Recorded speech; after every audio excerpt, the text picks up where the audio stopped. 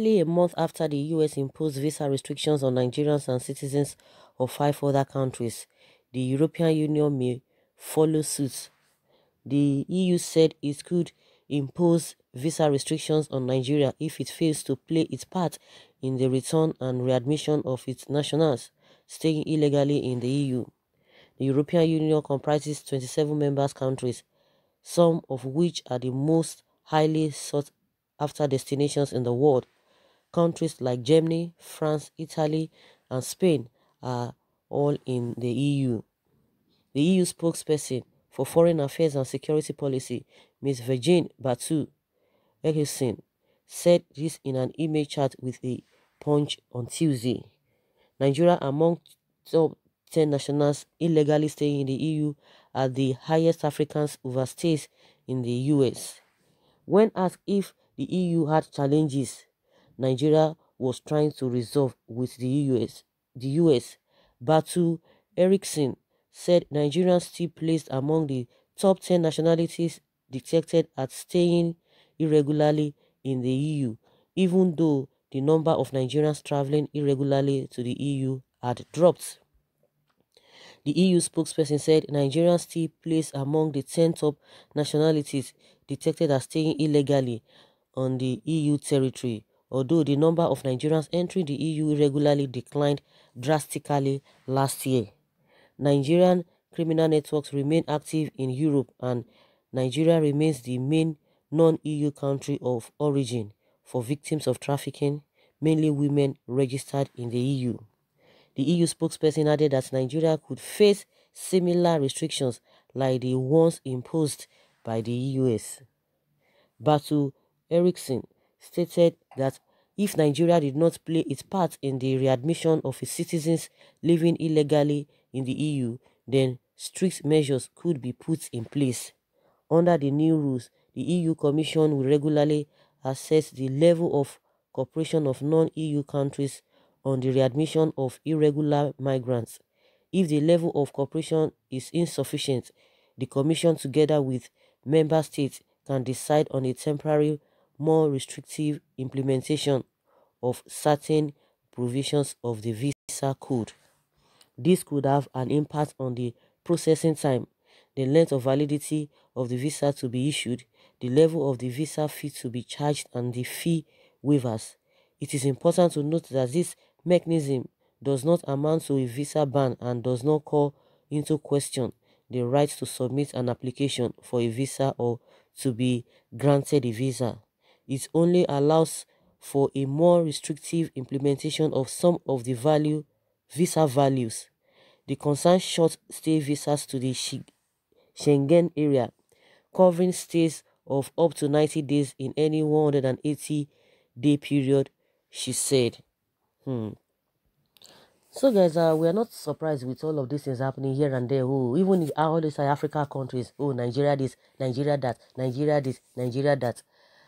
The problem now is that let our government fix our economy. You could remember when Chris Ngige was telling the US ambassador or one of these US officials, saying that Nigeria is not even comfortable to live. It's not this, it's not that. You can imagine a man at that level who has been eating, from the cookie jar. Those are is one of those people who they call government boys. Yes, I don't know the parameter which he was using to say, oh, Nigeria is not comfortable, whether for the masses or for they themselves that are politicians. And they themselves that are politicians, if they are really enjoying what have they done, waiting for somebody to come and do this for you. I don't know why these people are not really ashamed of themselves.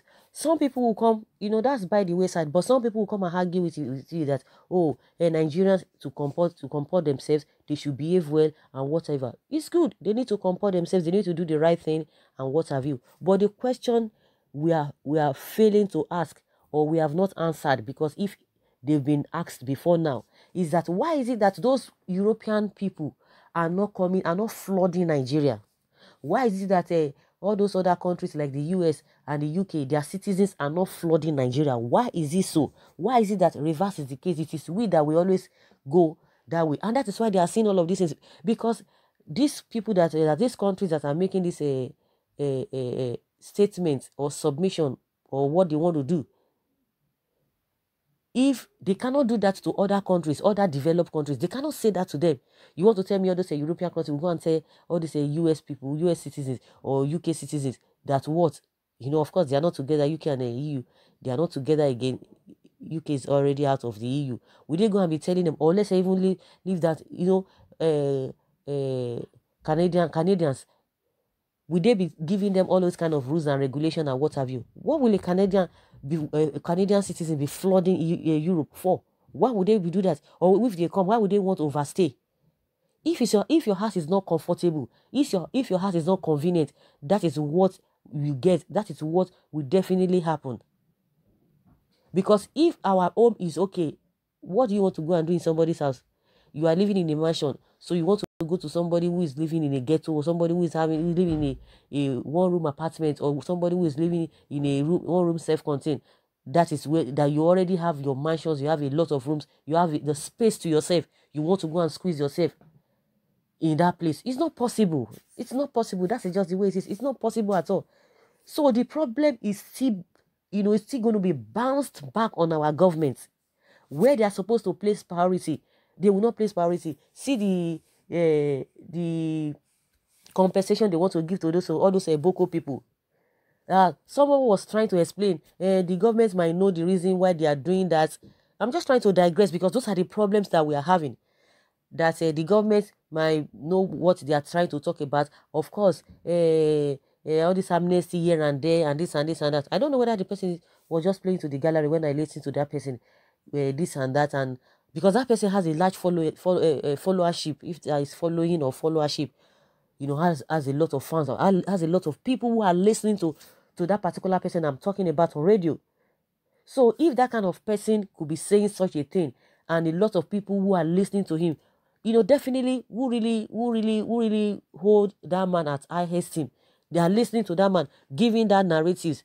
So what do you expect those people to be doing? They will fall in for that. So if you are trying to justify the reason why they are trying to compensate or trying to give them soft landing and what have you, because of you have to deal with it because of the problem has escalated, has lingered for a very long time, then what are we going to do when it comes to this issue? The problem is that it's not even you trying to rehabilitate those Boko people, but the root cause of the problem. What are the root cause? Corruption, poverty, lack of education, illiteracy at highest order, no good infrastructure, environment is not conducive, and what have you. And you see our politicians living large. See the senators or the lawmakers buying the model, buying the latest model of the car or the Toyota they want to be using, presiding over who? Presiding over those who are living in abject poverty. If all of those things are not being taken care of, irrespective of whatever you want to give, or amnesty, or you want to compensate them, or rehabilitation you want to give to them, it will not curb anything. It will not curb anything. So that brings us back again as to the reason why our people are always flooding other countries. And that is why we are getting all of this treatments. And you can see that if we don't do that, if you don't do whatever, because if your house is comfortable, you will not go anywhere. Even if you go, what are you people guys doing there? They will ask you, please stay now. It's just like, you go to someone's house to go and visit. They will be telling you, okay, even if you say you are going to stay like 1 day or 2 days, wait now, stay with us 5 days, whatever. If you stay 1 day, if you see that the place is not comfortable or conducive for you, you just say, please, I'm going. I have a lot of things to do at home. They will be begging you, please stay now. This and that. But within you just start looking for excuses because you want to go back to your home. Your home, you are missing your home. Your home is more comfortable. Your home is more comfortable for you to stay than staying in that place because you have seen that the place is not even conducive for you. But let's alone that in the first place, you might not even want to go. But if you just say peradventure, you just go there. But if you get there, you know that it's not comfortable. It's not okay like your home that you left. So that is just the way it is. You talk about our economy again, it's a different ballgame entirely. So if all of those things are not being nipped on the bud, if they are not being taken care of, if they are not looked into, we will continue to get this kind of a thing. No matter how you say, Nigerians should behave themselves, even in the first place, they will not even go there. They won't even go there. let alone they want to behave. They will not even go there. Like the example, typical example that I give. How many of those people have we been seeing flooding our country? What does that tell you? What does that tell you? So the government, those who are leading us, are supposed to do the right thing. But the unfortunate thing there is that they are there, they will still live, and our leaders are among us. They are coming from among us. So why is it that we cannot do the right thing? That is the problem. The problem is just too much. If you are not strong, or if you are not strong-willed, if you don't have a good heart or strong heart, it is something that gives one.